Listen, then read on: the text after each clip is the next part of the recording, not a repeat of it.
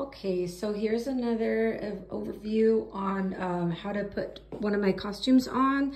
This one is for the little Evil Queen. So I've already put her little rope belt on, okay? This mannequin's a little bit, well, a lot bigger than the size of the child that's supposed to fit into this dress. So as you can see through the back, it's not closed all the way. So anyway, the first thing you want to do is put on the cowl, okay? I don't have a head for him, so I really can't, you know, show the whole, I guess, look of the costume. But at least as you can see that it's on, the cowl's on. With the children, I made it a little bit different. Typically for the adults, I have the cowl where it closes all the way in the back. But, you know, kids, you know, they get irritated really, really easy. So I tried to make it as comfortable as possible for them. So I did leave it open in the back. So it's just looser and just, you know, they're a little more comfortable because this costume can get hot, but again, Halloween time, it does tend to get a little bit cooler. So it might not be such a bad idea that it does warm them up. But this is the cowl. And then the next thing that I'm going to show is the cape. Okay, so put the important thing is put the cowl on first. It's going to be much easier to put everything on afterwards. So let me put the camera down really quick right here. Okay, so here's the cape. All right. So just gonna like adjust the cowl here. So what you're gonna notice, I want to show you a close up really quick here. Here's the brooch. So the brooch, I have like a little brooch clip on the back. Sorry, this thing gets a lot of fuzz. So what I do is, if you have a lint roller, use a lint roller, because as you can see, it's got that fake fur on the bottom. So all that stuff just gets everywhere. And so I feel like I constantly have to lint roll my capes because of the velvet. But anyhow, so let me go back to, so this is the shoulder, okay, beneath. All right, so what you have here is some ribbons, okay? On each side, there's a ribbon on the shoulder. Let me just put the phone back. I just kind of wanted to show detail. So you kind of just want to lift the cape up a little bit right there. And then I'm going to go to, oops, sorry. I'm trying to do this single-handedly. It's kind of hard doing it with one hand. Here's the other ribbon, okay? So what you want to do is take these two ribbons, pull them in underneath the arms and to the back. Now I'll show you a detail of the back, but you just bow tie it, okay? So if you've ever worn a pair of like, I guess what, fairy wings or anything like that, you know, it's basically kind of the same concept, right? So what this does is it eliminates the weight of the cape, okay? You don't want a lot of stress on their neck.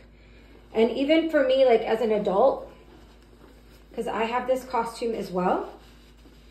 And, you know, I found that this was the best way to eliminate that weight that just pulls on your neck, you know?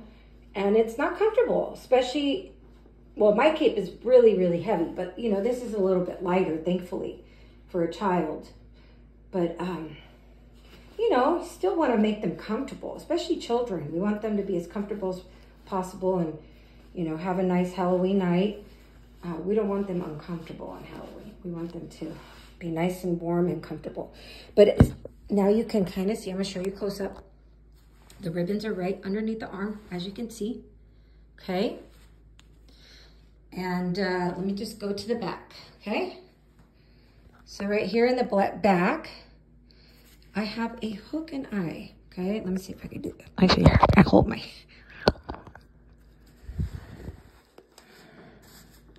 Okay, sorry about that. I was holding my phone with my mouth. But anyway, there's a hook and eye right there, okay? That's gonna close your back, okay? And then what I'm gonna do is just lift this up, okay? So you can kind of see a detailed shot of how this is all tied in the back, okay? So again, this is just gonna eliminate all that extra weight that you don't wanna have at that front neck line, okay? By tying those ribbons. And then next we're gonna go to the collar. I call it a whisk because it's got wire in it.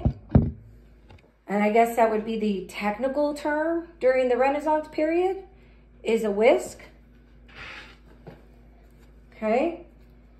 So this thing is made out of wire, okay? Got to be real careful not to bend it out of shape, okay?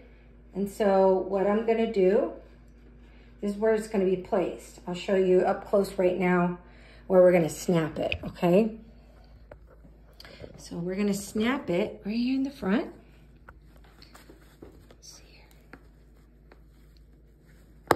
Right. Sorry about that. My camera's a little shaky. Trying to do this one-handedly. There we go. So there's going to be a snap here at the shoulder, okay? One in the back, again at the shoulder, and then you got your two in your front, okay? So I'm going to snap those in, then come back, and you'll see what it's all looks like when it's all snapped in, okay?